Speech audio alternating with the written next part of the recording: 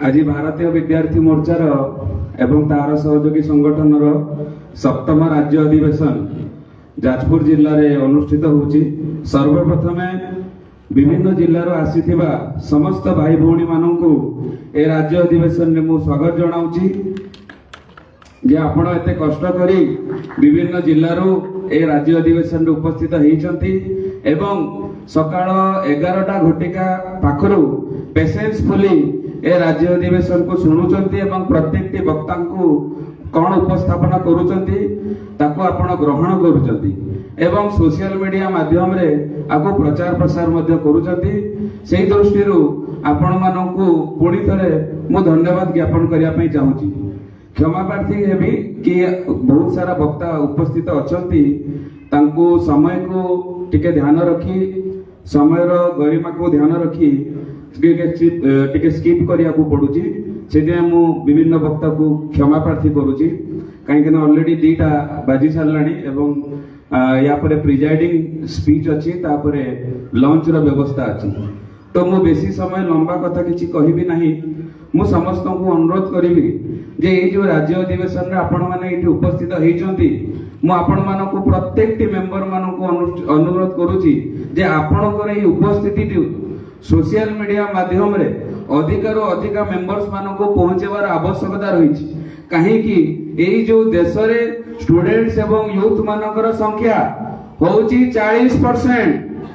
40% students एवं youth मानकर भविष्यत को अंधकार करिया पई केंद्र सरकार एवं राज्य सरकार पॉलिसी निर्माण करी कार्यक्रम करूचंती। आज आमे ए हॉल रे बसिचु एसी रूम रे बसिचु किंतु आमे काली सकाळे केमिति पाठ न पढिबु केमिति चाकरीटिया न करिबु केमिति आमर भविष्यत भल पोजीशन रे न आसीबो ए सबु षड्यंत्र एसी रूम रे बसिकी पॉलिसी निर्माण करिकी से माने करूचंती। एही विषय को उजागर करिया पई एवं आपण मानकु अवगत करिया पई एही राज्य अधिवेशन रो उद्देश्य। ए राज्य अधिवेशन रो उद्देश्य होची स्टूडेंट्स एवं यूथ मानकु जो माने देशर भविष्यत ए भविष्यत को जागरूक करिबा ए भविष्यत को सही इंफॉर्मेशन दबा काहे ना ideas move the society right information move the society. आम पाखरे यदि सही जानकारी नथिबो आमे सोसाइटी को मूव करि परिबा नाही। सेति पे सही जानकारी नबार कार्यक्रम ए 7वां राज्य अधिवेशन 7 नंबर राज्य अधिवेशन रे आपण मानको दिया जाउची। तो जो भी स्टूडेंट्स एवं यूथ भाई माने आसीचंती स्पेशली जो स्टूडेंट्स माने आछंती आपण मानको मो विशेष करी आउथरे स्वागत जणाउची काहे कि आपण माने आपनकर भविष्यत को सेफगार्ड करिया पई निजर पॉकेट रू टाइम टैलेंट ट्रेजरी समाज रे इन्वेस्टमेंट करी एठी आसी पहुंचन। एठी जो प्रत्येक टी कार्यकर्ता प्रत्येक टी मेंबर जो माने ए हॉल रे उपस्थित अछंती से माने निजर डेलीगेशन फीस ते देइचंती।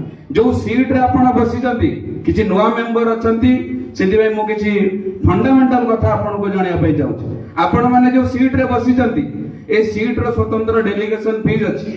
ए हॉल जो हॉल रो गोटे खर्च अछि। एबे लंच व्यवस्था होछि लंच व्यवस्था रो भी खर्च अछि। ब्रेकफास्ट भी हे सरछि ए ब्रेकफास्ट रो भी किछि खर्च अछि। आपण माने आसीचंती तार भी किछि खर्च अछि। तमाम खर्च आमे हम पॉकेट रू बहन करी समाज रे व्यवस्थार परिवर्तन केमती होबो ता पई कार्यक्रम करूछु। एते महान संगठन एवं एते महान उद्देश्य नै आज हम एही उपस्थित अछु। एटा किछि साधारण कथा नो काहे ना एही जो विजन एही जो सोच एटा साधारण लोक मानकर सोच नो एटा असाधारण लोक मानकर सोच। असाधारण लोक माने ही आगामी दिन रे इतिहास निर्माण करंती। आपण माने जो प्रत्येक इति उपस्थित अछंती प्रत्येक टी मेंबर आगामी दिन रे इतिहास रो गोटे पन्ना इतिहास रो गोटे लाइन होबा पे जाउचंती एवं कमिंग जो जनरेशन आसुची से आपण को सैल्यूट करिवो कि जेते बेले व्यवस्था जेते बेले हम समाज रो व्यवस्था हम विरुद्ध रे थिला मोर बापा मोर काका मोर भाई मोर भौणी मोर मां ए समाज रो व्यवस्था को परिवर्तन करिया पई निज पॉकेट रू टाइम टैलेंट ट्रेजरी इन्वेस्टमेंट करूतला। तो सही उद्देश्य रो मु आपण मानको अवगत करिया पई चाहूची जे आजिकार जो राज्य अधिवेशन सप्तम राज्य अधिवेशन ए राज्य अधिवेशन रे तमाम स्टूडेंट्स एवं यूथ भाई माने निजर टाइम टैलेंट ट्रेजरी को इन्वेस्टमेंट करिसंती एवं ए राज्य अधिवेशन को सफल मध्य करूचंती। तो सही दृष्टि ए राज्य अधिवेशन को जो ब्रेकफास्ट आजिकार जो व्यवस्था है आपण मान को जणाया पई चाहूची जे आजिकार जो ब्रेकफास्ट व्यवस्था आपण माने ब्रेकफास्ट करके बसिजंती ए ब्रेकफास्ट रो व्यवस्था एडवोकेट सेबती सोरेन मैडम ताको स्पॉन्सर करिसंती स्टूडेंट्स एवं यूथ मानक पई जोरदार करदालु।